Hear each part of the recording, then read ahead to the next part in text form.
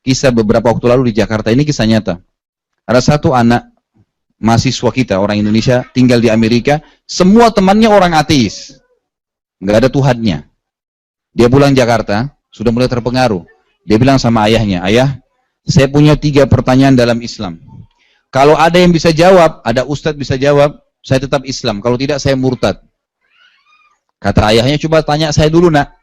Baik, anak ini mulai bertanya. Yang pertama ayah, katanya dalam Al-Quran ayah, iblis itu diciptakan dari api. Benar ayah? Benar. Baik, Al-Quran juga menceritakan ayah, bahwasanya iblis nanti hari kiamat masuk ke neraka. Neraka itu isinya api ayah. Benar ayah? Benar. Terus iblis rasa apa ayah?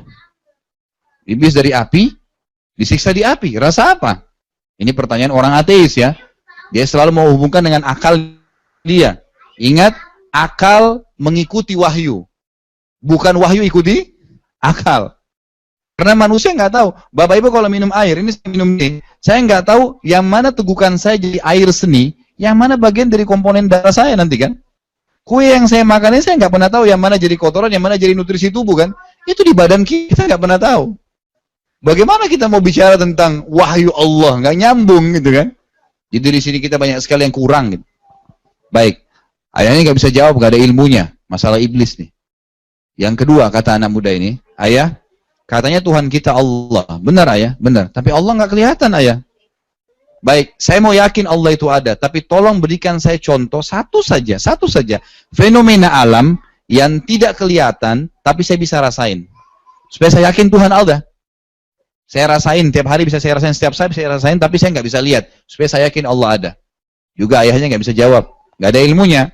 Yang ketiga ayah, ada kalimat dalam Islam, kalau sudah disebutin nggak bisa dibantah. Itu takdir. Kalau dia mati tabrakan, takdirnya. Siapa yang bisa bantah? Nggak ada yang bisa jabarin. Takdir artinya sudah selesai, terima aja. Apa itu takdir ayah? Juga ayahnya nggak bisa jawab. Cari ustadz, dapat satu ustadz. Begitu datang ustadznya, langsung dikatakan oleh anak muda ini, ustadz saya punya 3 pertanyaan dalam Islam, kalau bisa dijawab, ya saya tetap Islam, kalau tidak saya murtad. Tapi ustadz jangan marah ya. Baik silahkan. Yang pertama iblis ustadz dari api. Ciptakan. Masuk neraka di api. Apa yang dia rasain? Baik yang kedua. Contoh saja satu ustadz. Fenomena alam yang bisa saya rasakan setiap saat tapi nggak kelihatan. Supaya saya yakin Allah itu ada. Baik. Yang ketiga ustadz apa itu takdir? Bapak Ibu tahu apa yang terjadi? Ustadznya berdiri ditampar anak muda ini. Waktu ditampar anak muda bilang. Kan ustadz tadi janji nggak marah. Kata ustadznya saya nggak marah. Tamparan saya ini jawaban atas 3 pertanyaanmu. Anak muda ini bilang, bagaimana Ustaz? Tolong rancikan. Ya. Baik, kata Ustadznya, masalah pertama iblis. Saya ingin tanya, pipi kamu komposisinya apa? Kulit, daging, sama tulang. Tangan saya? Kulit, daging, sama tulang. Waktu saya tampar sakit nggak? Sakit. Begitu juga iblis hari kiamat. Dijawab secara rasional, karena dia rasional, gitu kan? Baik. Yang kedua fenomena alam yang bisa dirasakan tapi nggak kelihatan. Kata ustadznya, waktu saya tampar, kamu rasa apa? Dia sakit ustadz. Kata ustadznya, kamu bisa rasa itu? Dia bilang ya. Kamu bisa lihat? Nggak bisa. Begitu juga Allah. Dari mana semua ini? Malam, siang, matahari, bulan, bintang, manusia, beragam macam kulit, bahasa, segala dari mana? Ada nggak yang pernah mengaku sebagai Tuhan dan mengakui bisa begitu? Nggak bisa. Fir'aun cuma bilang saya Tuhan. Begitu tenggelam di Laut Merah nggak bisa buat apa-apa. Namrud ngaku Tuhan, didatangi lalat mati. Gitu. Nggak bisa buat apa-apa. Maka kata dia apa? Sakit itu contoh fakta. Nggak bisa dilihat tapi dirasain kan? Berarti ada hal-hal yang kita tidak bisa lihat dengan panca indera tapi ada. Kan gitu. Rasa lapar, rasa haus, rasa sakit, rindu, ya sedih. Semua nggak bisa dilihat tapi dirasain keberadaannya. Baik yang ketiga masalah takdir. Kata ustadznya, pernah nggak kau berpikir ketemu saya hari ini dan saya tampar kamu? Dia bilang nggak pernah. Itulah takdir. Gitu. Ini jawaban rasional untuk orang yang ateis, gitu kan? Baik, saya jawab secara wahyu ya. Kenapa Allah nggak kelihatan? Jawabannya Bapak Ibu sekalian ini 2-3 menit ke depan lah. Kita jelasin masalah hadis ini luar biasa ini. Kalau Anda lihat di YouTube ini paling banyak komentarnya masalah hadis ini nih. Banyak orang yang sadar gara-gara hadis ini gitu. Jadi jawabannya ada pada saat Bapak Ibu lagi sholat. Kita kalau takbir bilang apa? Allahu Akbar. Allah Akbar. Akbar ini dalam bahasa Arab namanya siga mubalaghah. Sesuatu yang melampaui batas. Misal, orang Arab kalau bilang Karena Al-Quran turun dalam bahasa Arab, kita pelajari dalam bahasa Arab ya. Kalau orang Arab lihat benda besar, dia mengatakan kabir. Tapi kalau ada benda lebih besar lagi, bukan lebih besar, sangat besar, di mata dia, nggak ada lebih besar daripada itu, dia mengatakan akbar. Sama bahasa Arab kecil itu sogir. Kalau kecil sekali, dia lebih kecil di mata dia, dia mengatakan asgar. Gitu kan? Kalau kita mengatakan dalam bahasa Arab, Allahu Akbar, ikrar kita adalah Allah Maha Besar. Nggak ada lebih besar lagi daripada itu. Gimana memahami kalimat ini? Jawabannya dalam hadis Nabi SAW. Kata Nabi SAW, perumpamaan bumi yang kalian tinggali ini, dibandingkan langit pertama yang ada di atas kepala kalian, itu hanya seperti cincin yang dibuang di padang pasir. Bapak Ibu cabut cincinnya, lempar di padang pasir, kelihatan nggak? Sudah nggak kelihatan, karena padang pasirnya terlalu luas.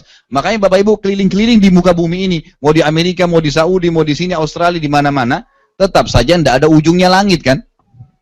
Nggak bakal bisa kita temukan, karena luasnya langit itu. Dan Allah katakan dalam surah Al-Mulk ayat 3, A'udzubillahi minasyaitonirrajim, alladzi khalaqa sab'a samawatin tibaqa. Allah yang menciptakan langit itu 7 lapis, sab'a samawatin tibaqa itu susun, 1, 2, 3, 4, 5, 6, 7, bumi di bawah sini. 7 lapis langit di atas kepala kita nih. Baik, kita baru jelaskan langit pertama ya. Besarnya seperti padang pasir, kita seperti cincin tadi. Dan itu terbukti secara ilmiah. Saya yakin Bapak Ibu pernah belajar di pelajaran IPA ya. Waktu kita masih SD, SMP itu kan ada. Saya punya teman dekat, dosen di UI, pernah ikut dengan saya waktu saya lagi piknik dakwah ya ke beberapa wilayah di Indonesia. Dia ikut dengan saya kebetulan, dia hobi sekali mendengarkan ceramah, sampai ikut gitu. Dan dia bilang, waktu saya jelasin masalah hadis ini, dia bilang, Ustadz, para ilmuwan itu di abad ke-17, abad 17 sampai abad 18 gitu kan, 1800-an, itu mengira matahari itu adalah planet terbesar di alam jagat ini. Dan mereka tidak mengatakan tidak ada lagi yang lebih besar daripada matahari di alam penuh semesta ini. Dan bumi ini, matahari itu jutaan kali lebih besar daripada bumi. Gitu kan? Ini jawaban para ilmuwan. Dan dia bilang, ilmuwan dikagetkan di abad 19 dan terutama sekarang abad 20-an ini, itu sudah luar biasa. Mereka kaget ternyata di alam semesta ini ada miliaran matahari dan planet-planetnya. Jadi bukan, ini kan kita matahari dengan planet termasuk adanya bumi sampai ke Pluto kan gitu. Ada ternyata miliaran matahari dengan planet-planetnya di sana di langit. Jaraknya sekian juta tahun dari bumi. Gitu. Jumlahnya nggak terhitung. Miliaran bintang gitu kan. Itu luar biasa. Dan semua Bapak Ibu sekalian ini ada di bawah langit pertama. Semua ilmuwan mengatakan, yang kafir ataupun yang muslim, mengatakan mustahil ada manusia bisa pegang langit dengan tangannya. Dari sini aja ke Pluto, Bapak Ibu sekalian. Saya pernah baca buku anak saya kelas 2 SD, Ilmu Pengetahuan Alam. Pas dulunya alam semesta. Ditulis itu, jarak antara bumi dengan Pluto itu 274 tahun. Fakta ilmiahnya ya. Makanya nggak ada astronot dikirim ke Pluto, mati tengah jalan. 274 tahun, bayangin tuh. Nggak mungkin. Manusia cuma bisa pakai alat. Oh, di sana ada ini ya, komposisinya ini ya, dan seterusnya. Cuman itu kan.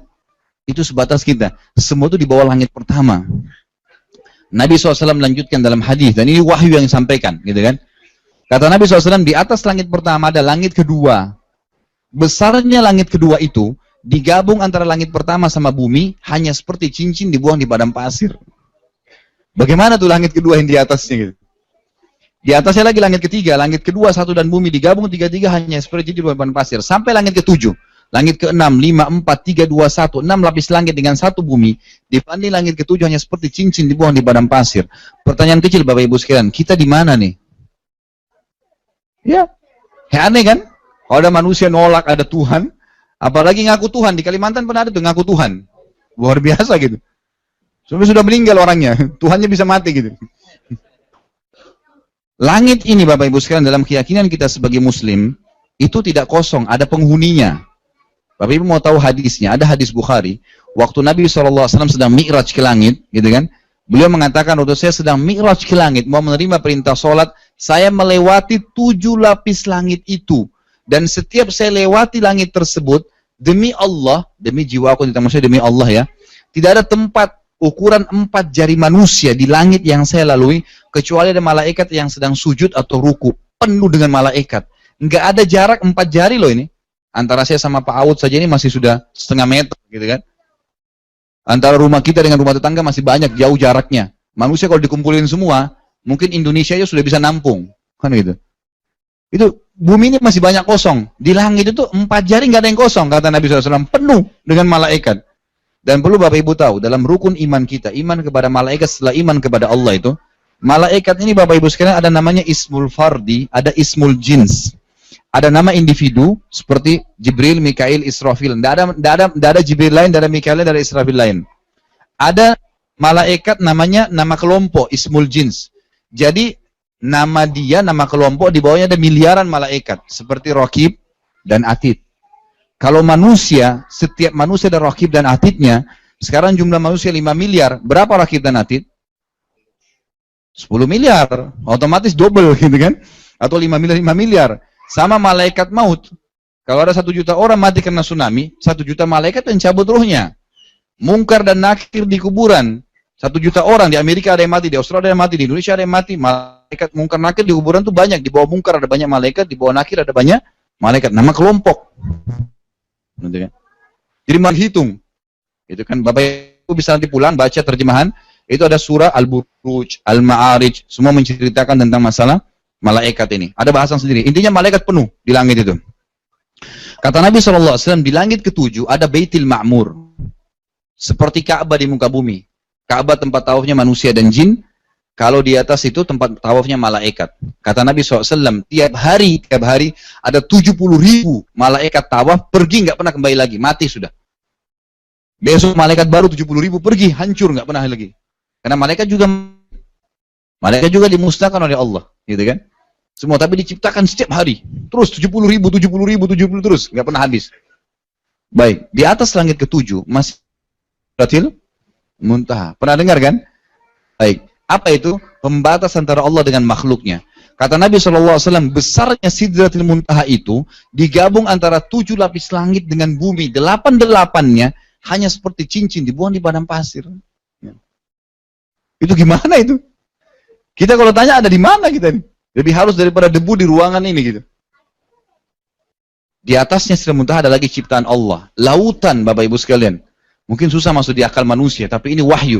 Kata Nabi SAW, di atas Sidratul Muntaha Allah ciptakan sebuah lautan. Yang lautan itu besarnya digabung antara Sidratul Muntaha, 7 lapis langit dan bumi, 9-9-nya hanya seperti cincin dibuang di padang pasir. Jadi kita ini ada di dasar lautan. Dan lebih halus dari sekian juta kali daripada debu lautan itu. Seperti itu, gitu kan? Makanya Allah katakan dalam Al-Quran, wa kana arsyu 'alal ma', dan singgasananya Allah ada di atas air. Jabaran tafsir itu adalah hadis ini. Di atas lautan tadi ada arsy-nya Allah. Pernah dengar istilah arsy ya? Tsumma stawa 'alal arsy, kata Allah. Kemudian Allah bersemayam di atas arsy-nya. Bagaimana arsy-nya Allah? Dengarkan, kata Nabi SAW, besarnya arsy-nya Allah itu digabung antara lautan tadi, Sidratil Muntaha, 7 lapis langit dan bumi, 10-10-nya hanya seperti cincin dibuang di padang pasir. Saya perkuat begini, Bapak Ibu waktu kita masih kecil, kalau mau ngusir setan disuruh hafal ayat apa? Apa itu ayat kursi? Memang betul ya, karena hadisnya mengatakan waktu ayat kursi turun, semua setan lari ketakutan. Apa itu ayat? Ayat itu informasi. Kursi itu bukan kayak bahasa Indonesia, kursi tempat duduk, bukan. Kursi itu dalam bahasa Arab, Bapak Ibu sekalian, adalah pijakan kaki raja. Jadi kalau raja mau naik singgasananya, ada pijakan kakinya, itu namanya kursi. Apa yang kita baca? Wasi'ah. Terjemahin satu-satu ya. Wasi'ah itu dalam bahasa Arab artinya telah menutupi. Orang Arab kalau mengatakan wasi' artinya luas sekali. Nggak ada batasnya. Kalau kita bilang wasi'ah, telah menutupi, meluasi. Kursiyuhu, pijakan kakinya Allah di singgasananya. Lanjutin ayatnya. As-samawat wal ard, itu jawabannya. Pijakan kakinya saja Allah di singgasananya menutupi seluruh langit dan bumi ini. Itu baru pijakan kakinya. Jadi kalau Bapak Ibu tanya saya, kenapa Allah tidak kelihatan? Karena Allahu Akbar. Allah terlalu besar untuk dilihat dengan mata manusia. Kita lihat ke matahari saja, 1 menit mata kita bisa rusak. Bagaimana kita mau lihat kepada Allah? Dan bukan cuma kita, semua nabi-nabi Bapak Ibu sekalian belum pernah lihat Allah, termasuk Nabi Muhammad SAW.